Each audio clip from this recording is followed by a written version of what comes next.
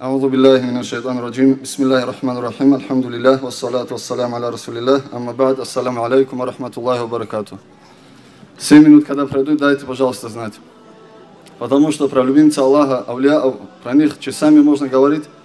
Меня ограничивают 7 минутами говорить про Мухаммаду ля-Раги куддиса сирруху. Иншаллах, постараемся. Однажды, когда Умар, ради Аллаху анху, будучи уже халифом в Медине, управляя исламским халифатом, проходил по улице Медины, он увидел одного мужчину, разговаривающим с одной женщиной на улице. Умар, ради Аллаху анху, подойдя к этому мужчине, ударил этого мужчину и сказал: почему ты на улице разговариваешь с женщиной? На что тут мужчина возразил: о, халиф, посланник Аллаха, это моя жена, я со своей женой разговариваю. Умар, ради Аллаху анху, мне говорит: откуда люди знают, что эта женщина твоя жена? У нее лицо тоже закрытое, она одета, никаб, и никто не разберется, что это твоя жена, люди подумают, что ты с чужой женщиной разговариваешь.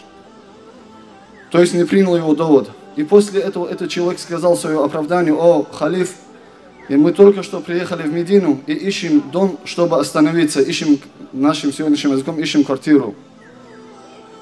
Нам этот город неизвестен. И Умар, ради Аллаху анху, понял, что у этого человека есть довод, и попросил у него прощения, и попросил его, чтобы он его тоже ударил, как он же его ударил, чтобы в судный день не пришлось ответить. Этот человек, конечно же, простил его. Вы представьте, дорогие братья и сестры, на сегодняшний день наше положение, когда наша молодежь останавливает машины рядом проходящими мимо с девушками и разговаривают, не отходят от них. Вот как мы себя ведем, и как ведет наша женская половина, и как ведет наша мужская половина себя. И представьте, если Умар, ради Аллаху анху, в сегодняшний день среди нас, если жил бы, что было бы с нами. И для этого, дорогие братья и сестры, нам необходимо брать пример с наших праведных предков, которые у нас есть, были, альхамдулилля, и среди них величайший ученый, алим, светоч науки, тариката и шариата, наш любимец Всевышнего Аллаха, это Мухаммаду ля-Раги куддиса сирруху. Мы, конечно, о нем рассказать, о его величии, чтобы рассказать, мы должны быть такими, как он. Хотя бы такими, как он. Но так как мы не такие, как он, мы не можем полноценно о нем рассказать. Но, иншаллах, надеюсь на баракат больших людей, будем говорить о нем, иншаллах. Однажды, когда мы были у величайшего шейха нашего времени, современности, великого алима, шахида, иншаллах, на пути Аллаха, Саида Афанди куддиса сирруху, один из аксакалов Кураха спросил у него о Мухаммаду ля-Раги, кто это был, какой это человек был. Саида Афанди куддиса сирруху ответил: мы, говорит, сегодняшнее поколение, наши люди, не то что говорит, уровень этого великого шейха не знаем. Мы даже хорошенько его, даже историю, говорит, не знаем. Не говоря уже о великом его дороже, говорит. Настолько, говорит, мы обнищали. Поэтому необходимо нам побольше рассказывать о таких людях, изучать жизнь этих людей, для того, чтобы наша молодежь брала пример именно с этих людей. Есть очень много высказываний о шейхе Мухаммаду ля-Раги в книгах, исламских, шариатских и тарикатских книгах. Сегодня мне хотелось бы рассказать. Был такой ученый Назир ад-Дургели. Он в своей книге «Нузатуль адхан фи тараджуми уляма ид-Дагестан», это книга, рассказывающая об алимах Дагестана, о выдающихся шейхах, ученых. Он пишет: «Уа Мухаммад бин Мала Исмаил», это говорит Мухаммад, сын Исмаиля, сын Мала, шейх Камал ан-Назр аль-Раги аль-Курей аль-Дагестани.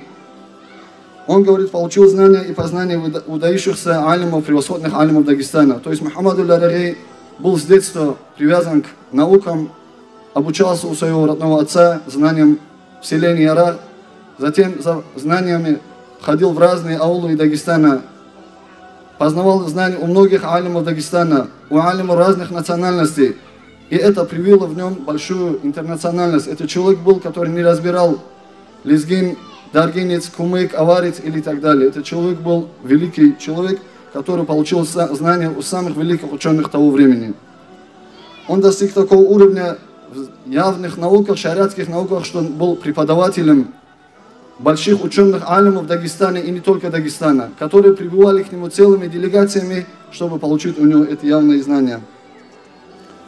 Через определенное время по ишаре, по направлению Исмаиль Курдумири, Хас Мухаммад Ширвани рахимахум Аллах, эти алимы, эти шейх устаза, наставили его на путь тариката.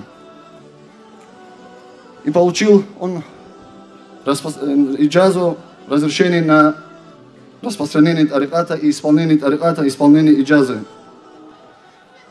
Шейх Мухаммад Аль-Араги, как он получил иджазу, об этом очень подробно, хорошо, красиво рассказывает шейх Шуайб Аль-Багини в книге Суайд Абакат. Хотелось бы этим рассказать, но ввиду ограничения времени придется ограничиться этим. Мухаммад Иракский Куддиса Сирруху, когда Хас Мухаммад Ширвани прибыл к нему, Хас Мухаммад Ширвани находился у него в качестве ученика. И со временем, когда Мухаммад Аль-Араги понял, что перед ним шейх тариката, он принял у своего же ученика тарикат, пришел в тарикат и обучился тарикату. Это для нас пример, дорогие братья и сестры, чтобы мы, несмотря на свои знания, несмотря на свои какие-то другие познания, на свои какие-то привилегии и так далее, мы обязаны найти духовного наставника. Если Мухаммаду Аль-Араги Куддиса Сирруху, ему, у которого учились величайшие ученые Дагестана и не только, если ему понадобился духовный наставник, то для наших сердец этот наставник просто необходим. И нам необходимо искать его там, где бы он ни был, и находить его. И дальше Назир Дургели в своей книге пишет: шейх Хас Мухаммад обучил, говорит, его, довел до великих уровней. Потом увеличились в Дагестане те, кто держали путь к шейху Аль-Араги. Некоторые и большинство из них, чтобы взять знания у него именно в тарикате.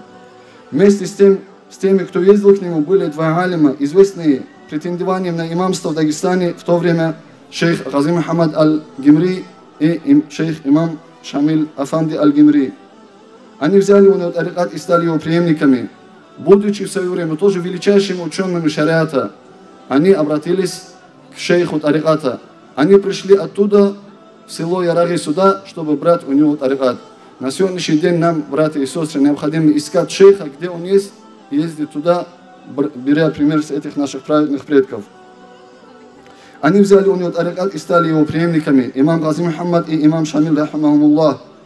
Потом возвратились они в своей области и усердствовали в исполнении шариата и в оживлении ахкаму шариата. И когда нужно было совершить газават, они совершили газават, джихад на пути Аллаха. После чего Мухаммад Аль-Араги для возвышения слова калиматуллах стал мухаджиром, переселился в Аваристан, жил в селении Гимри, в селении Балахани и в селении, в конце своей жизни он жил в селении Сугур 3 года и 4 месяца.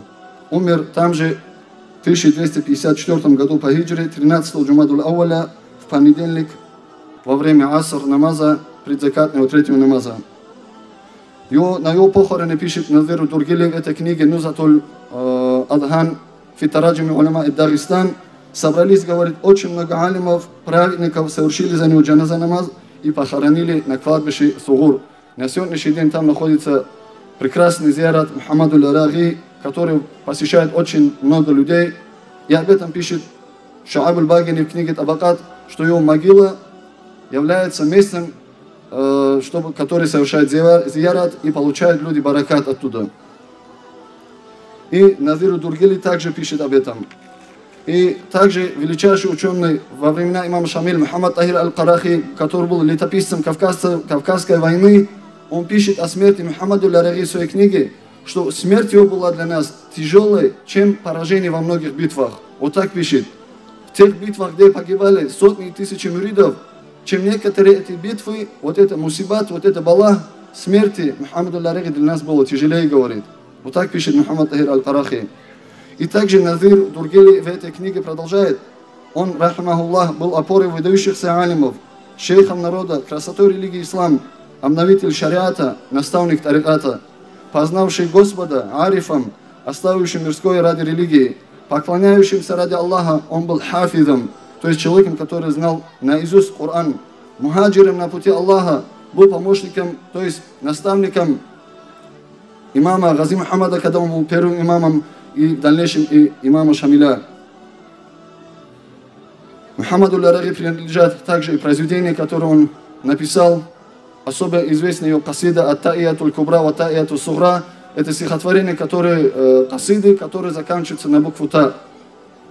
Пусть Аллах даст нам его баракат, пусть Аллах не лишит нас его бараката, его наследия, чтобы мы придерживались его пути, хоть и коротко, но жизнь этого великого ученого, алима, альхамдулиллах, что Всевышний Аллах дал нам возможность говорить о нем. Дай Аллах, чтобы мы следовали за такими людьми, и чтобы знали в Южном Дагестане, когда говорят, что тарикат не было, шариат нету и так далее, здесь всегда был тарикат, здесь всегда был шариат.